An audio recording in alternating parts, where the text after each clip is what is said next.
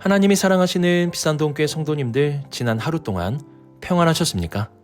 오늘 광복절, 우리에게 주시는 하나님의 말씀은 창세기 32장 23절에서 32절까지입니다. 하나님의 말씀을 함께 읽겠습니다. 그들을 인도하여 시내를 건너가게 하며 그의 소유도 건너가게 하고 야곱은 홀로 남았더니 어떤 사람이 날이 새도록 야곱과 씨름하다가 자기가 야곱을 이기지 못함을 보고 그가 야곱의 허벅지 관절을 치매 야곱의 허벅지 관절이 그 사람과 씨름할 때에 어긋났더라. 그가 이르되 날이 새려하니 나로 가게 하라. 야곱이 이르되 당신이 내게 축복하지 아니하면 가게 하지 아니하겠나이다. 그 사람이 그에게 이르되 내 이름이 무엇이냐? 그가 이르되 야곱이나이다. 그가 이르되 내 이름을 다시는 야곱이라 부를 것이 아니요 이스라엘이라 부를 것이니 이는 내가 하나님과 및 사람들과 겨루어 이겼음이니라. 야곱이 청하여 이르되 당신의 이름을 알려주소서. 그 사람이 이르되 어찌하여 내 이름을 묻느냐 하고 거기서 야곱에게 축복한지라. 그러므로 야곱이 그곳 이름을 브니엘이라 하였으니 그가 이르기를 내가 하나님과 대면하여 보았으나 내 생명이 보전되었다 함이더라. 그가 브니엘을 지날 때 해가 돋았고 그의 허벅다리로 말미암아 절었더라. 그 사람이 야곱의 허벅지 관절에 있는 둔부의 힘줄을 쳤으므로 이스라엘 사람들이 지금까지 허벅지 관절에 있는 둔부의 힘줄을 먹지 아니하더라. 아멘. 기도하겠습니다. 80년 전 이 땅에 광복을 주신 하나님, 이 어두운 나라에 빛을 주시고 그 빛을 통해 자유를 주심에 감사드립니다. 우리가 누리고 있는 이 귀한 것들을 당연히 여기지 않게 하시고 지나온 역사를 바라보며 감사와 은혜로 누리는 우리 모두가 되게 하여 주옵소서. 이 모든 말씀 우리 주 예수 그리스도의 이름으로 기도드립니다. 아멘.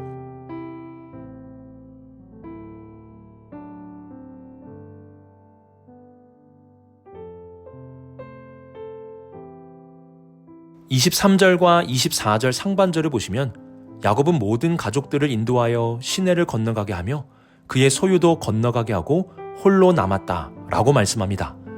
그는 강을 건너지 않고 홀로 남게 되었습니다. 그런데 그 순간 야곱은 어떤 사람과 날이 새도록 씨름을 하게 되었습니다.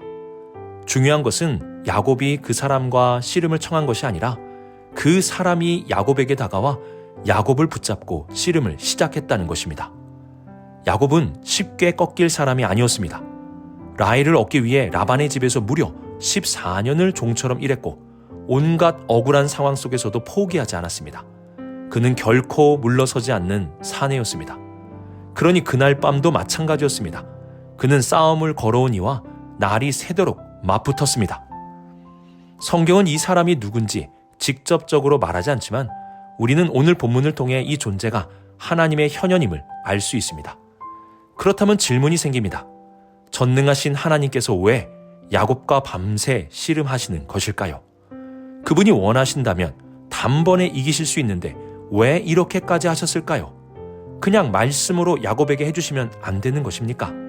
다른 기적과 놀라운 일들로 야곱에게 보여주시면 안 되는 것입니까? 왜 야곱과 같은 사람과 하나님은 씨름을 하신 것일까요? 우선 야곱은 이러한 과정을 통해 자신과 씨름하고 있는 존재가 초월적인 존재임을 깨닫게 되었습니다. 이를 알게 되면서 26절을 보시면 야곱은 그 존재에게 축복을 받기 위해 더욱 붙들고 있음을 보여줍니다. 지금 이 순간 자신에게 복을 달라고 매달리고 있는 것입니다. 사실 야곱의 인생은 축복을 얻기 위하여 씨름하는 인생이었습니다. 그는 태어날 때부터 형 에서의 발꿈치를 잡으며 형 에서의 장자권의 축복을 얻기 위해 씨름하였습니다. 형을 속여가며 팥죽 한 그릇으로 장자의 권리를 쟁취하려 하였습니다. 또한 이삭의 축복을 얻기 위해서 어머니 리브가와 작당 모의를 하며 씨름을 하였습니다. 그러나 그 결과 어떻게 되었습니까? 그는 하나도 얻지 못하고 도망자가 되어 라반의 집을 향해 가야만 했습니다. 그가 축복을 받는 데 있어서 상대해야 할 대상은 에서나 이삭이 아니었습니다. 그는 그에게 복 주시는 하나님과 씨름을 해야 했습니다. 그는 축복을 얻고자 했지만 계속 잘못된 대상과 씨름을 하며 살아왔던 것이었습니다. 그날 밤 하나님은 야곱을 찾아와 직접 씨름하십니다. 이는 그가 이제 더 이상 사람과 씨름하는 인생이 아니라 복의 근원이신 하나님께 매달리며 하나님과 씨름하는 인생이 되게 하시려는 것이었습니다.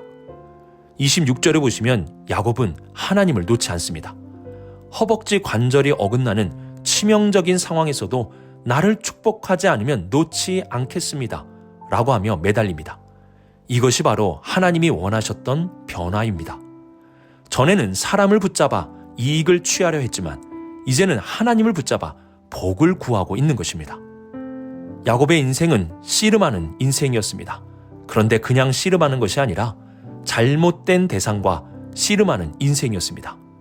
하나님은 오늘 그와 씨름하시며 야곱이 붙들어야 할 존재, 야곱이 매달려야 할 존재가 누구인지를 알게 하십니다.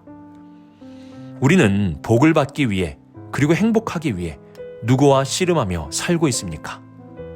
사람과 씨름하느라, 물질과 씨름하느라, 세상 일로 씨름하느라 지쳐 있지는 않습니까? 복을 얻기 위해서는 하나님께 매달리고 그분과 씨름해야 합니다. 오늘 하루 잘못된 것을 붙잡으며 사는 우리의 손을 풀고 하나님께 매달리는 기도의 손으로 나아갑시다. 이렇게 나아갈 때 복의 근원 되시는 하나님께서 우리에게 복을 베풀어 주실 것입니다.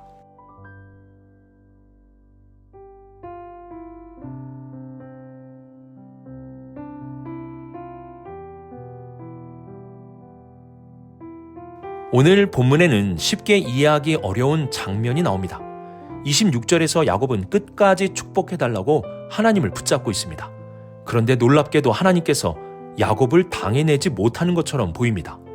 이어 28절에서는 야곱의 이름을 이스라엘로 바꾸어 주시는데요. 이스라엘이라는 이름의 뜻을 이렇게 말씀하십니다. 네가 하나님과 및 사람들과 겨루어 이겼다. 하나님과 겨루어 이겼다. 이 말이 이해가 되십니까? 어떻게 사람이 하나님을 이길 수 있겠습니까? 우리가 하나님의 전능하심을 안다면 이것이 실제 야곱이 하나님의 힘을 꺾었다는 뜻이 아님을 알 수 있습니다. 하나님은 언제든 야곱을 쉽게 제압하실 수 있는 분이십니다. 그래서 우리는 오늘 말씀이 하나님께서 야곱에게 패배하신 것이 아니라 하나님께서 야곱을 이기게 해주셨다는 것임을 알 수 있습니다.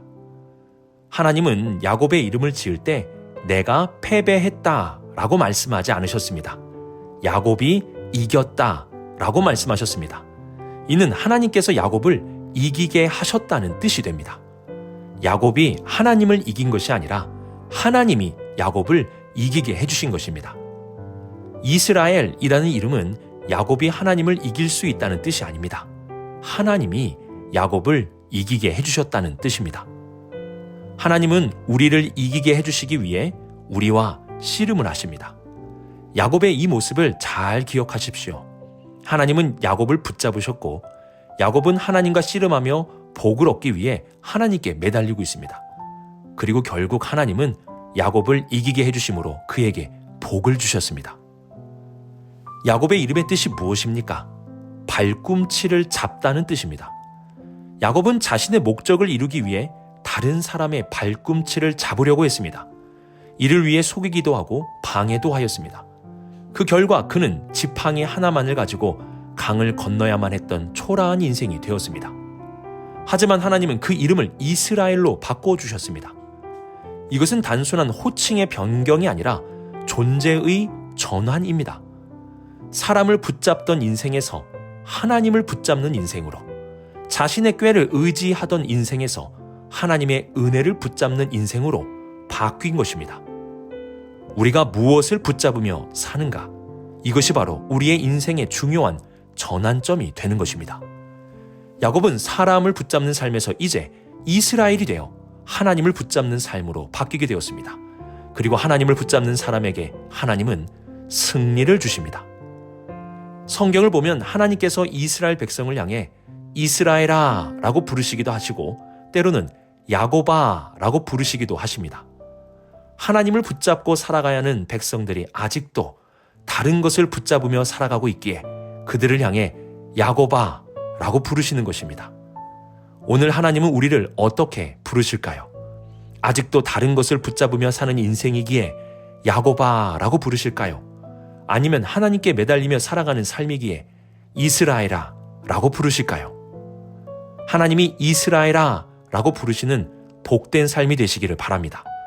하나님을 붙잡으면 하나님이 이기게 해주실 것이고 야곱의 인생처럼 다른 것을 붙잡으며 산다면 아무것도 얻지 못하게 될 것입니다.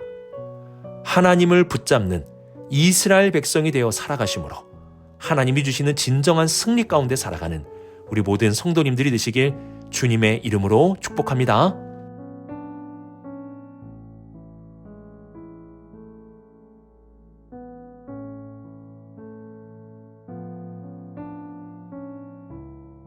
이름의 변화는 새로운 삶의 시작을 알리는 표지입니다. 속이고 사람을 붙잡고 자기 힘으로 복을 얻으려고 했던 야곱의 인생이 이제는 하나님을 붙잡아 하나님이 주시는 복을 받는 인생으로 바뀌게 되었습니다. 야곱은 이스라엘이 되었고 하나님을 통해 큰 복을 받는 사람이 되었습니다. 그러나 하나님과의 씨름은 야곱에게 축복만 남긴 것은 아니었습니다. 하나님은 그의 허벅지 관절을 치셔서 어긋나게 하셨고 그날 이후 그는 평생 절뚝거리며 걷는 사람이 되었습니다. 그는 더 이상 온전히 걷는 자가 아니라 평생을 절뚝거리는 발로 살아가야 했습니다. 이제 그는 형 에서의 추격을 피할 수 있는 빠른 발도 잃어버렸습니다. 그러나 야곱의 표정은 두려움이 아니었습니다. 그는 절뚝거리는 발걸음으로 에서를 향해 담대히 나아갔습니다.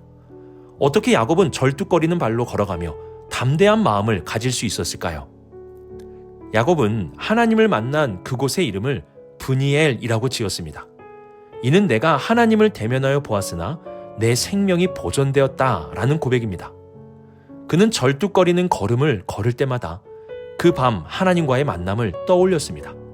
그 상처는 실패의 흔적이 아니라 하나님을 만난 표지가 되었습니다. 육체의 불편함은 평생 남았지만 그것이 곧 하나님이 자신을 만나 주셨다는 확실한 증거가 되었습니다. 또한 야곱은 이제 자신의 걸음을 통해 자신이 씨름해야 할 대상이 하나님이심을 평생 기억하게 되었습니다. 이전에는 사람과 겨루고 이익을 붙잡으려고 씨름했지만 이제는 하나님께 매달리고 그분의 복을 붙잡는 자로 살아가게 된 것입니다. 32절을 보시면 이스라엘 사람들은 이 사건으로 인하여 허벅지 관절에 있는 둔부의 힘줄을 먹지 않았다 라고 말씀합니다. 이는 야곱의 절뚝거림을 이스라엘 백성들로 하여금 기억하게 하셨다는 뜻입니다. 그의 절뚝거림은 하나님을 만났다는 것이고 하나님께 매달림으로 승리했다는 것입니다. 우리도 오늘 야곱의 절뚝거림을 기억해야 합니다. 하나님은 우리를 외면하는 분이 아니라 우리를 만나주시는 분이시며 하나님은 우리에게 패배를 주시는 분이 아니라 하나님을 붙잡는 자에게 승리를 주시는 우리의 하나님이 되십니다. 오늘의 말씀을 묵상하며 우리가 무엇과 씨름하며 살아가야 하는지 돌아볼 수 있기를 바랍니다. 축복과 행복한 삶을 위해 우리가 씨름해야 할 대상은 하나님이십니다. 그리고 하나님은 이스라엘의 하나님이십니다. 즉 우리를 이기게 해주시는 분이십니다. 이 사실을 기억하며 하나님을 붙잡으며 살아갈 때 우리는 브니엘에서 야곱이 만난 하나님을 만나게 될 것이고 야곱을 이스라엘로 바꿔주시는 하나님의 승리를 누리며 살아가게 될 것입니다. 하나님과 씨름하십시오. 하나님을 붙들며 사십시오. 이러한 자들에게 브니엘의 하나님, 이스라엘의 하나님의 역사가 나타나게 될 것입니다. 기도하겠습니다. 사랑의 하나님 아버지, 하나님이 주시는 복을 받기 위해 하나님과 씨름하며 살게 하여 주옵소서.